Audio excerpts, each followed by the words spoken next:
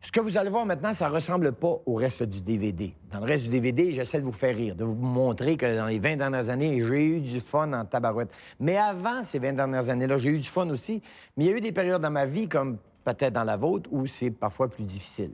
Ça me bouleverse à chaque fois qu'on me parle de suicide, qu'on me dit qu'au Québec, on a le taux le plus élevé de suicide en Amérique du Nord. Ça me jette sur le dos. Il y a quelques années, il y a 5 ans pour être exact, Richard Martineau, des Francs-Tireurs, m'invitait à venir partager ma propre expérience. Ça a donné un document que je veux vous présenter, que j'ai eu l'occasion de présenter à mes 2 jeunes adolescents récemment. Parce que je pense que je n'ai pas de solution, bien sûr, au problème du suicide chez les jeunes et chez les moins jeunes. Je n'ai que la discussion à proposer. Et la base de cette discussion-là, c'est le document que je veux vous montrer là. Mon entrevue avec Richard Martineau. Ça a, chez moi, provoqué de belles discussions. Je pense qu'il faut en parler, en parler, en parler. Mais avant d'en parler, bien, regardons ce que j'ai à vous montrer. Michel Barrette, voilà 25 ans.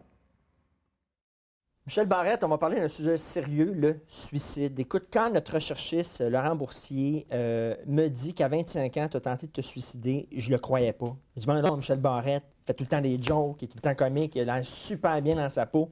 Qu'est-ce qui s'est passé? Il a l'air de tout sauf d'un gars qui a déjà assez de Ben oui.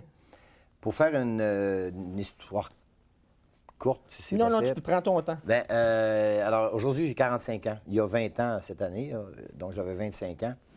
Je suis en amour avec une jeune fille que je connais depuis que j'ai 17 ans. Mais quand je dis en amour, là, c'est en amour comme on peut peut-être seulement l'être vraiment quand on a 17 ans. Je l'ai connue avec 15 ans, j'avais 17 ans. Des amours d'adolescents. Amour d'adolescent qui se poursuit. Absolu, là. Ah, absolu, là. Puis c'est l'amour du banc de neige, l'amour des fleurs, l'amour de la musique, l'amour. On découvre l'amour ensemble, on découvre tout ensemble. C'est vraiment la première femme de ma vie. Ça fait 8 ans que tu es avec, là. Ça fait 8 ans que je suis avec, et c'est l'amour. L'amour, l'amour, l'amour. On s'est connus, alors, ado, étudiant et fou. Et là, on est rendu adulte. Et j'ai changé. C'est-à-dire que le jeune hippie que j'étais à 17 ans est devenu un monsieur à cravate qui travaille dans une caisse avec un habit puis un attaché-caisse. Je te vois pas travailler dans une caisse. Non, moi non plus, d'ailleurs. Moi non plus. Alors, cette personne-là, que je répète que j'aimais beaucoup, beaucoup, beaucoup, qui m'aimait beaucoup, beaucoup, beaucoup, me dit un jour qu'elle me laisse parce que je suis devenu quelqu'un d'autre. C'est qu'elle devine qu'en dessous de cette carapace-là, de ce bonhomme-là à cravate, il y a encore sûrement le jeune fou qui partait sur le pouce en Californie à 17 ans, mais il y a encore ce jeune fou-là, mais elle dit, il faut que tu te retrouves. Comment ça, tu as viré straight de même? Ben parce que, je sais pas, c'est une longue histoire, mais j'ai fait 3 secondaires 5. Au bout de 3 secondaires 5, où j'étais complètement fou parce que je faisais de la radio, puis du festival, puis des journaux étudiants et toutes sortes de bébelles, où j'étais un drop-out dans l'école. Je me suis retrouvé, moi je suis un extrémiste, alors du jour au lendemain, je me suis retrouvé que tous mes amis finissaient leur cégep pour rentrer à l'université, puis moi j'étais encore en secondaire 5. Alors j'ai fait, voyons donc, je peux pas aller au cégep pour être là pendant 1000 ans. Si je rentre à l'université, il y aura aussi des journaux étudiants et tout. Alors j'ai pris une décision, je suis rentré dans l'armée, qui est comme à milieu de ce que j'étais. J'ai été militaire pendant 2 ans. Je suis sorti de là, doigt comme une barre, pas de cheveux sur la tête. Alors je suis rentré après ça dans une compagnie de finances qui m'a amené lentement à me retrouver dans une caisse. Alors je suis passé de Cat Stevens à Charles Manson. Et... alors, ta blonde ne te reconnaissait plus. Elle ne me reconnaissait plus. C'était pas une rupture de chicane, c'est pas une rupture de mon espèce de fou, mon espèce de folle. C'était pas ce genre de rupture-là. C'était juste la rupture de quelqu'un qui est devant quelqu'un qu'elle ne reconnaît plus. Alors, elle me laissait quelque part, elle me l'a bien dit. Elle dit, je te laisse parce qu'il va falloir que tu te retrouves, toi. Il y a juste toi qui peux le faire, retrouver qui t'es vraiment. Sauf que moi, le message, aujourd'hui, à 45 ans, je peux l'interpréter comme ça. Mais à ce moment-là, c'était pour moi une rupture, c'était un rejet. Et j'ai perdu du jour au lendemain la personne que j'aimais le plus au monde. Alors, comme je n'étais pas heureux dans ma nouvelle condition, c'est-à-dire que je réalisais, bien sûr, que j'étais pas bien là-dedans, mon quotidien n'était pas belle fun, alors qu'il avait été énormément avant. Mon estime de moi était rendue pas loin de zéro, parce que j'aimais pas ça, qui j'étais, qu'est-ce que je faisais, et que cette personne-là me fasse passer par là, mais gentiment, en voulant dire, il faut que tu te retrouves, tu n'es pas heureux là-dedans. Je te laisse. Tu vas aller au fond du baril, mais ce qui va ressortir de ça, ça va être toi, je l'espère. Alors moi, j'ai rien compris de tout ça. Tout c'était un rejet total. Alors je perdais la personne que j'aimais le plus au monde, et je perdais en même temps... Cette personne m'aimait beaucoup, beaucoup, beaucoup, beaucoup, et je le sais, et je l'aimais énormément aussi. Mais non seulement je perdais son amour, je perdais le mien. Je perdais Si j'étais beau, s'il restait encore quelque chose de beau chez moi, c'est elle. C'était dans ses yeux que je le voyais. S'il y avait encore quelque chose d'aimable chez moi, c'est elle qui me le retournait. Mais en ayant plus ce miroir-là, j'existais plus. C'est comme si, là, j'étais plus rien. Je valais pas la peine d'être aimé par elle, donc je valais pas la peine d'être aimé par personne. Fait que toute ton identité. Mon identité, crachée, mon monde, je crois beaucoup en l'amour, puis en cet amour-là. Puis encore à 45 ans, on dit amour d'adolescent, amour ultime, amour vrai, l'amour passion. Mais j'y crois encore. Mais à ce moment-là, je perdais tout ça. C'est pas la seule rupture que j'ai eue dans la vie, mais cette fois-là... Tu remontais pas. Je remontais pas, c'était la fin du monde. Je pouvais pas respirer comme du monde. J'avais un point... Je ne pouvais pas me concentrer, je ne pouvais pas fonctionner, je ne pouvais plus travailler, je ne pouvais plus manger, je ne pouvais plus dormir. Il n'y avait rien, je ne fonctionnais plus. Du tout, du tout. J'étais malheureux et j'étais mal et malade physiquement. C'est-à-dire qu'à l'intérieur de moi, là, il n'y a plus rien qui fonctionnait comme du monde. Puis les gens autour de toi? Ah, les gens autour de moi, les gens autour de moi, je les gardais un petit peu pour moi. C'est-à-dire que je les vécu un petit peu seul. À ce moment-là, je n'étais pas très près de mon père. Mon père, qui est un père de la génération des années 50... Qui parlait pas beaucoup. Qui parlait pas beaucoup, puis qui n'était pas le genre de père à dire « Hey, je t'aime mon fils ». Puis bon, on a connu... Je pense que les pères de cette génération-là, qui étaient déjà moins pires que les pères de la génération d'avant, c'était pas... Alors, naturellement, j'avais pas tendance à avoir le goût d'aller voir mon père et dire « Père, je file pas, là. Je suis malheureux, ma blonde. » Et ma mère, j'aurais pu faire cette chose-là envers ma mère. Mais je voulais pas le faire parce que je voulais pas la rendre malheureuse. Je voulais pas partager mon malheur avec elle. Je voulais pas que mon malheur déteigne ou éclabousse les autres. Alors, je vivais seul. C'est comme si quelqu'un avait bien mal, mettons. C'est une blessure, là, t'as mal. Et on te dit, il y a un bouton ici, on-off, là. Si t'appuies dessus, c'est fini, ton mal arrête. Ben moi, c'était rendu là. C'était comme, il n'y avait pas d'autre possibilité, il n'y avait pas d'autre manière de régler le problème que d'en finir.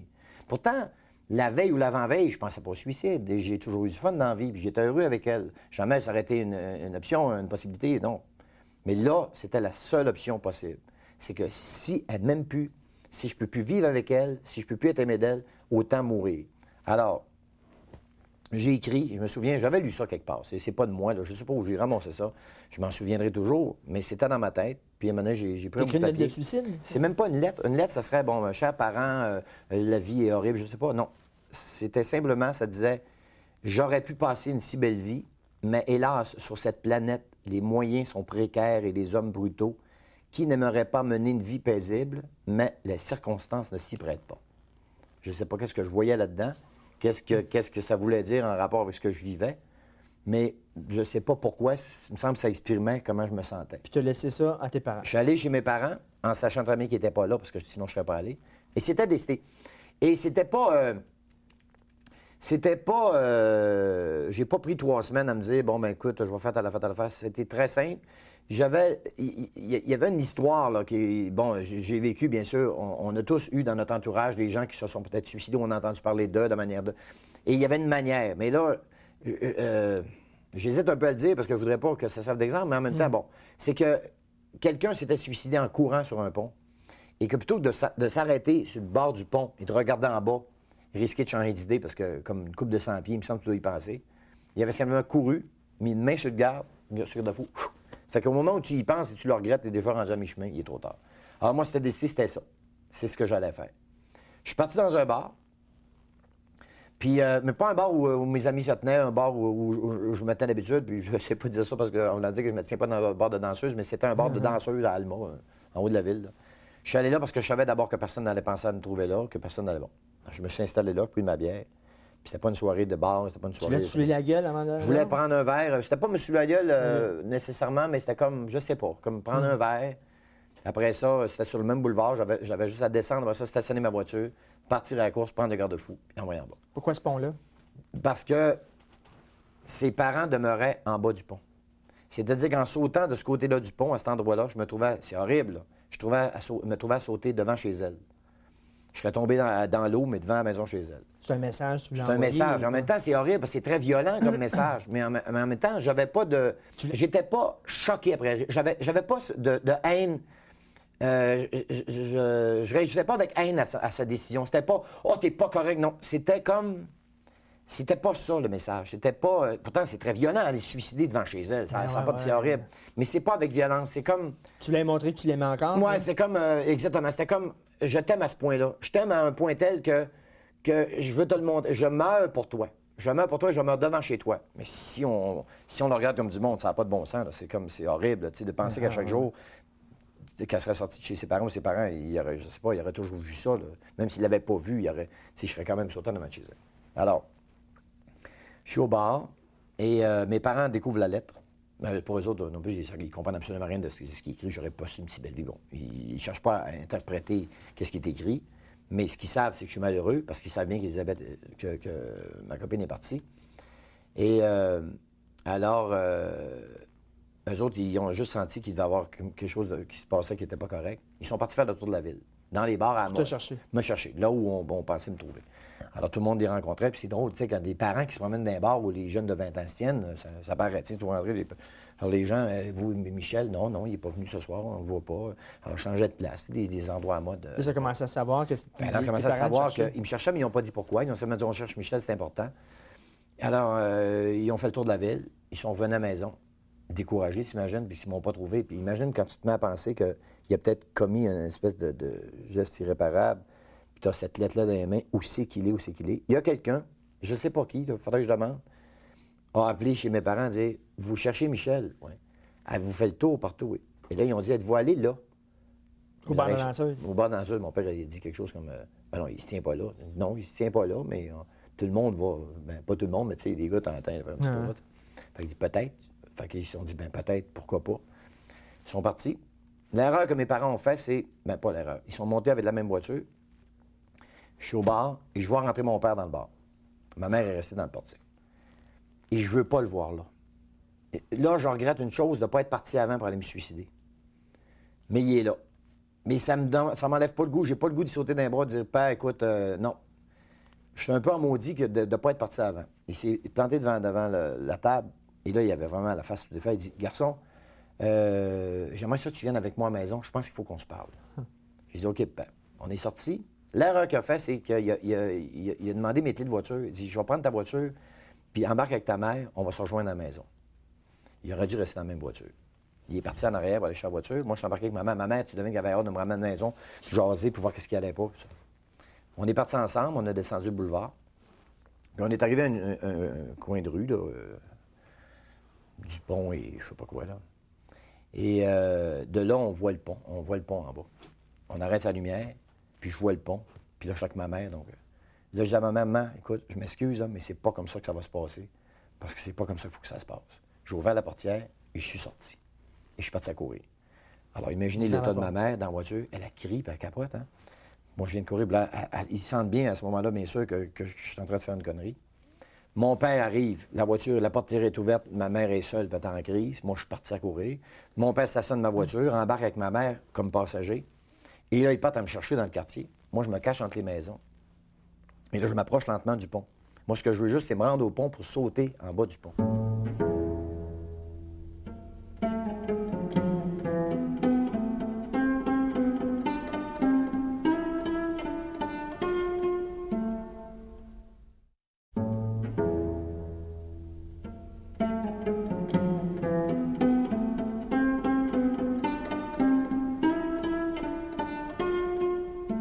Moi, je me cache entre les maisons.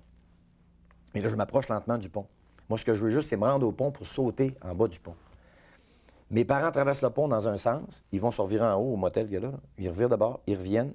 Et là, quand je les vois revenir, ils vont revenir et ils vont monter j'appelle ça la côte du Kentucky, la côte. Là.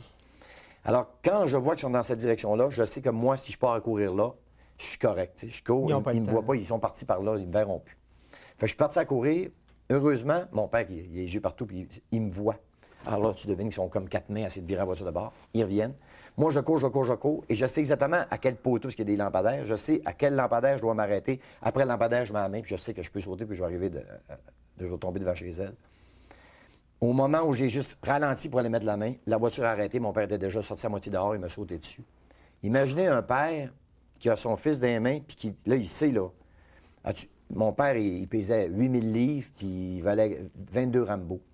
J'ai eu d'affaires en parlant. Il m'a pris, puis il m'a lancé sur le siège de la voiture, il m'a tenu, puis il a dit à ma mère, envoie à la maison. Fait que là, il m'a tenu dans la voiture, puis il était très gentil, là, mais il y avait cette espèce de regard-là. Je me débattais, mais en même temps, je ne voulais pas faire violence à mon père, là. Mais de toute façon, même si j'avais fait quoi que ce soit, il était... Mon père, c'est pas Superman, mais à ce moment-là, il était très fort, dans le sens qu'il voulait pas me perdre. Alors, on est revenu à la maison. Et ce que j'ai comme souvenir, parce que pour moi, ça arrête là, comme souvenir, c'est que dans l'état où j'étais, je me suis assis dans une chaise berçante, que j'ai encore d'ailleurs, dans la cuisine. Mon père a pris une chaise, il s'est assis devant moi, puis il a passé une semaine en face de moi. Il a pris une semaine de vacances pour jaser avec moi. Ce qui est ressorti au bout de la semaine, c'est l'amour qui me manquait, l'amour que je venais de perdre de ma copine. Je réalisais que c'était pas le seul amour qu'il y avait. Mes parents m'aiment, ma mère m'aime, mes sœurs m'aiment, mes chums m'aimaient, puis mon père m'aime.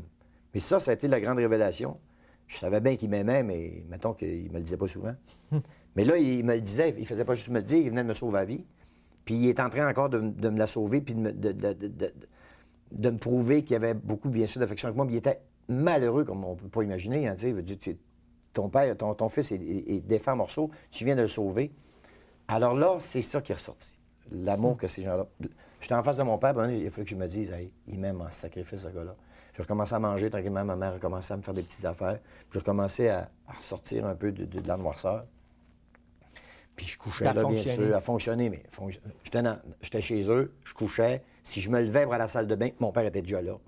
Il m'enfermait pas, ils m'ont pas attaché après le poêle. Là, mais en même temps, il me suivait comme ça dans la maison parce qu'il avait peur, bien sûr, que j'en fasse une connerie. Excusez-moi. Peut-être dans la semaine qui a suivi, j'ai dit à mon père, je veux me réessayer. Je vais être correct. Tu sais, tu dis, je vais être correct. Là. J'ai compris. On n'est plus ensemble, puis il y a d'autres choses, puis je vais continuer à fonctionner. J'ai essayé de retourner à l'appartement. Je réussissais pas. Je rentrais, je ressortais. Mais il était là.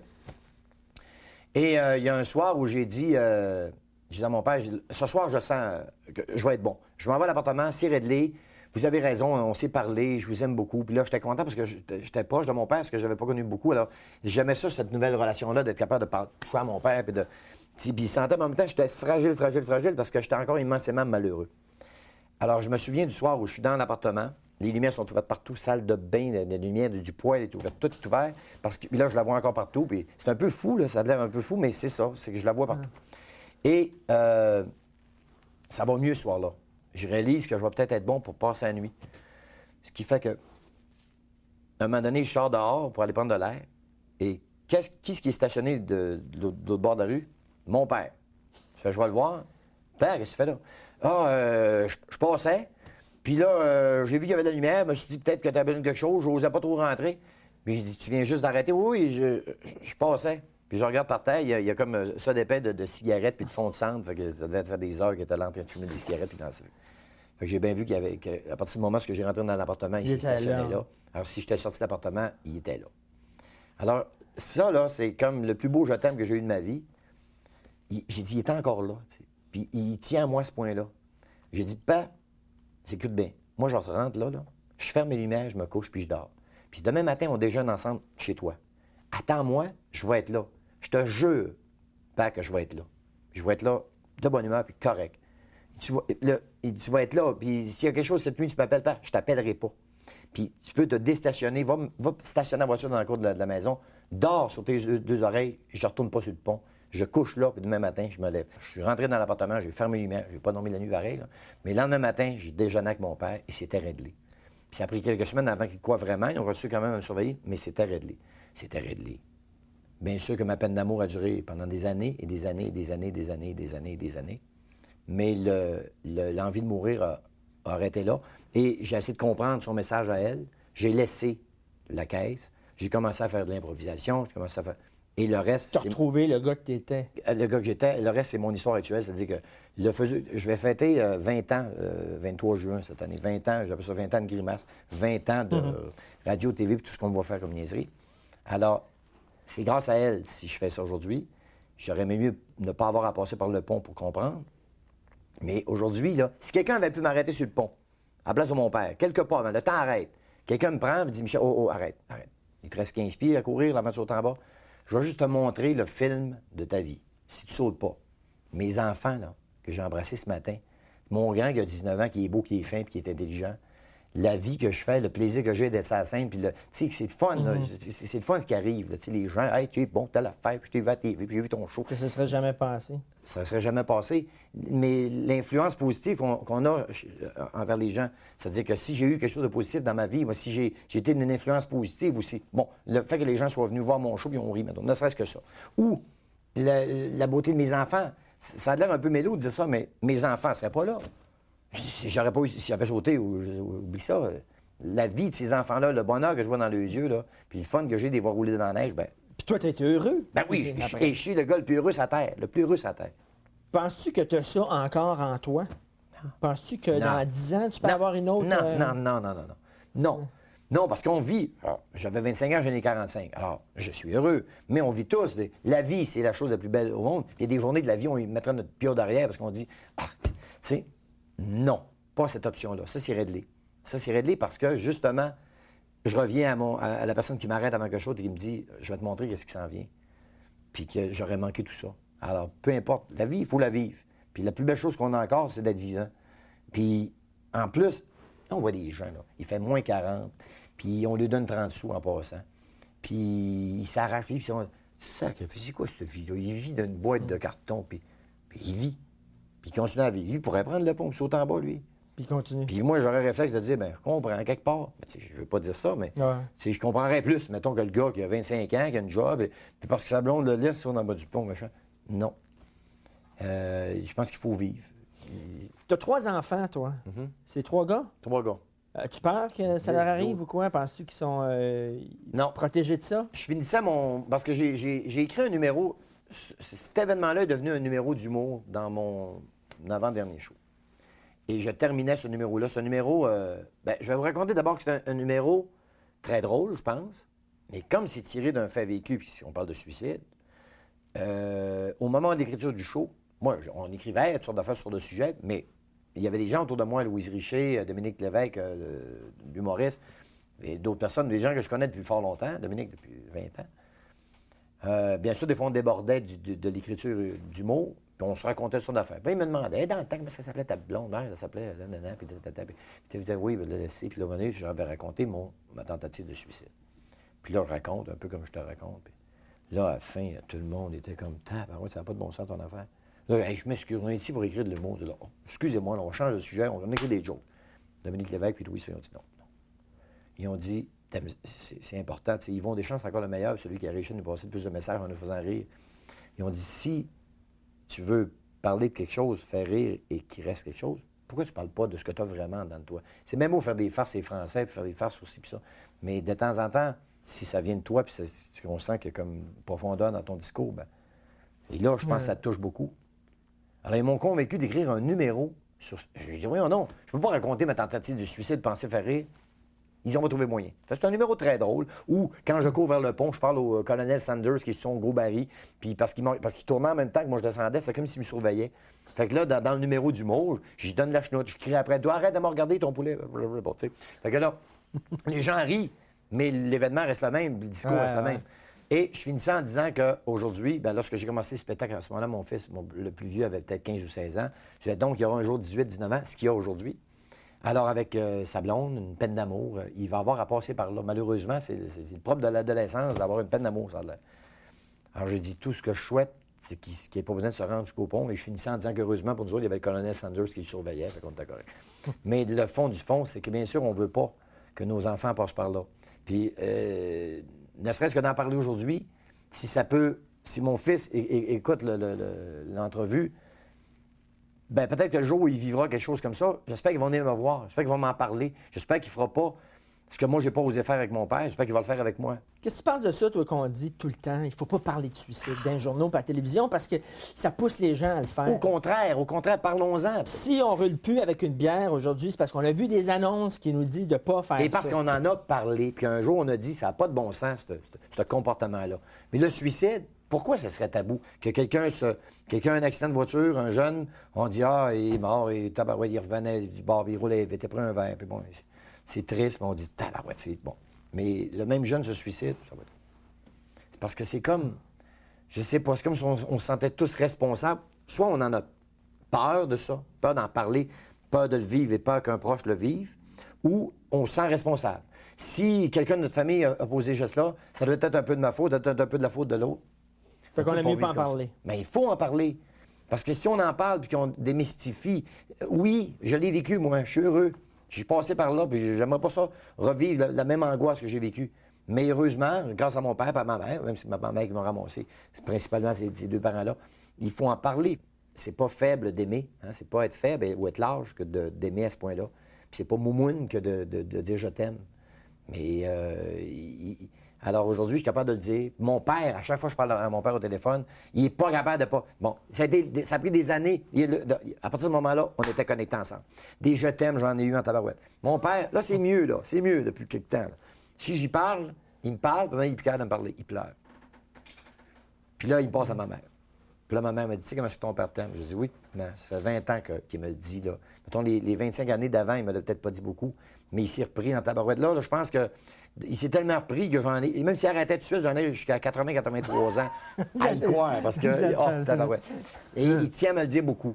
Et depuis ce temps-là qu'on le sait, lui et moi. Alors, ne serait-ce que pour ça, ne serait-ce que pour l'amour que je porte à mon père, que mon père me retourne, mais ça vaut la peine.